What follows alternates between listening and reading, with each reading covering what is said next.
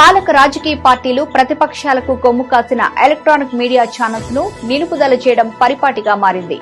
తెలంగాణలో టీఆర్ఎస్ అధికారంలోకి వచ్చినప్పుడు టీవీ9, ఏబీఎన్ ఛానళ్లను నిలుపుదల చేశాయి.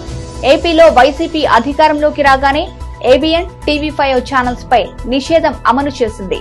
తాజాగా ఏపీలో అధికారం చేపట్టిన టీడీపీ, జనసేన, బీజేపీ కూటమి కూడా టీవీ9, సాక్షి, ఎన్టీవీల ప్రసారాలపై నిషేధపు ఆంక్షలు అమలు చేస్తోంది.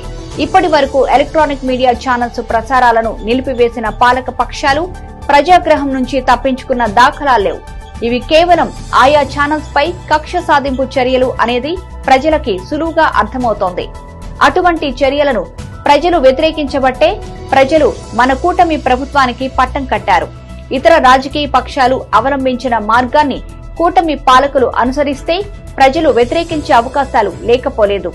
రాజకీయ పార్టీల మధ్య వైరం వల్ల కొన్ని ఛానల్స్ ప్రసారాలు నిలిపివేయడం వల్ల కేబుల్ ఆపరేటర్లు ఆర్థికంగా తీవ్రంగా నష్టపోవడంతో పాటు ప్రేక్షకుల నుంచి ఆపరేటర్లు వ్యతిరేకత ఎదుర్కోవాల్సి వస్తోంది.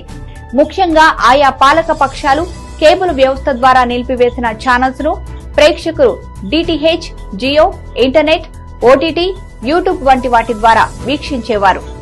ఈ కారణంగా కార్పొరేట్ సంస్థలకు మేలు చేకూరి స్వయం ఉపాధిపై ఆధారపడిన లక్షలాది మంది కేబుల్ ఆపరేటర్లకు తీవ్ర నష్టం చేకూరుస్తోంది.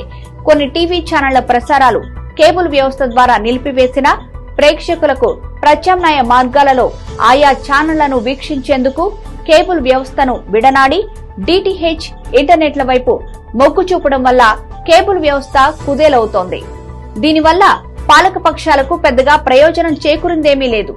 వ్యతిరేక ఛానళ్ల ప్రసారాలు నిలిపివేయడం, ప్రజలలో వ్యతిరేకత మూటకట్టుకోవడం కంటే పాలకులు ప్రత్యామ్నాయ ఆలోచన చేయాల్సి ఉంది.